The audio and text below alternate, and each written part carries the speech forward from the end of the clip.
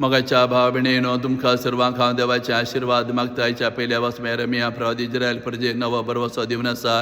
ह्या घडये ती बाबेला गुलामपणां सांपडल्या. सगळे तांचो देसवाड जाला.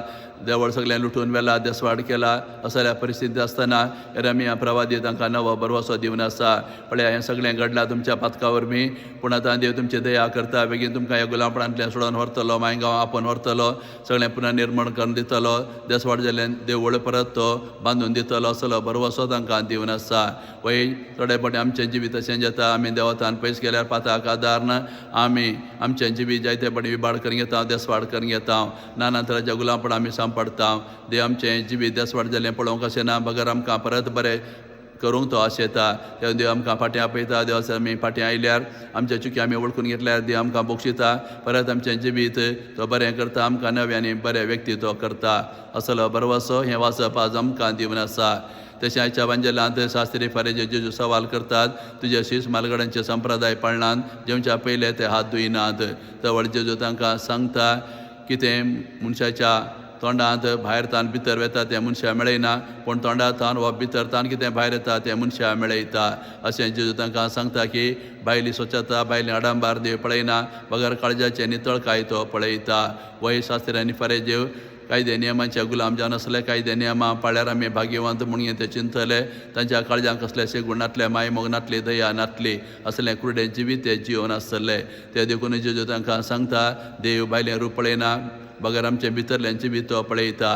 केवळ भायल्यान नितळ जावन देवा मुखार आयल्यार देव आमकां पसंत करिना. बगर काळजांनी मन नितळ दवरल्यार मात देव आमकां पसंत करता.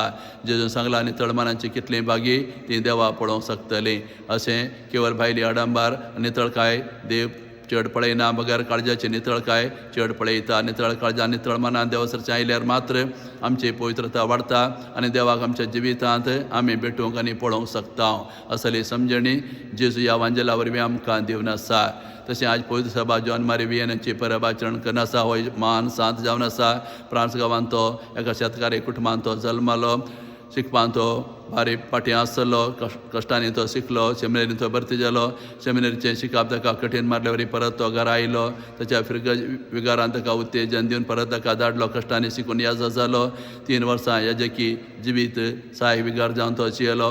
उपरांत ताका फ्रांसाच्या एका कोणशा हळ्ळेक फिरगज विगार जावन धाडलो. हे गांवचे लोक बेवदे जावन आसतले. खोटेपणान जिवन आसतले. मिसा मागणे ते हजार जायनासतले. जॉन मारी वियेने वेता, तांची भेट करता. देवाचें उतर सरळ रितीन तांकां विवरसून सांगता. मीस भक्तीन भेटयता. दीस वेता वेता लोकांचें जिवीत बदलता. इगर्जेक ते येता, मिसा येतात आनी अशें तांची इगर्ज देवासपणान भरता. ही खबर आयकून आसपास गांवचे लोक सयत ह्या इगर्जेक येतात. मिसाच्या बलिदाना वांटो घेतात. जॉन मारी वियेनेक देवान वर्तें देणें दिलें कुमसारांत बसचें.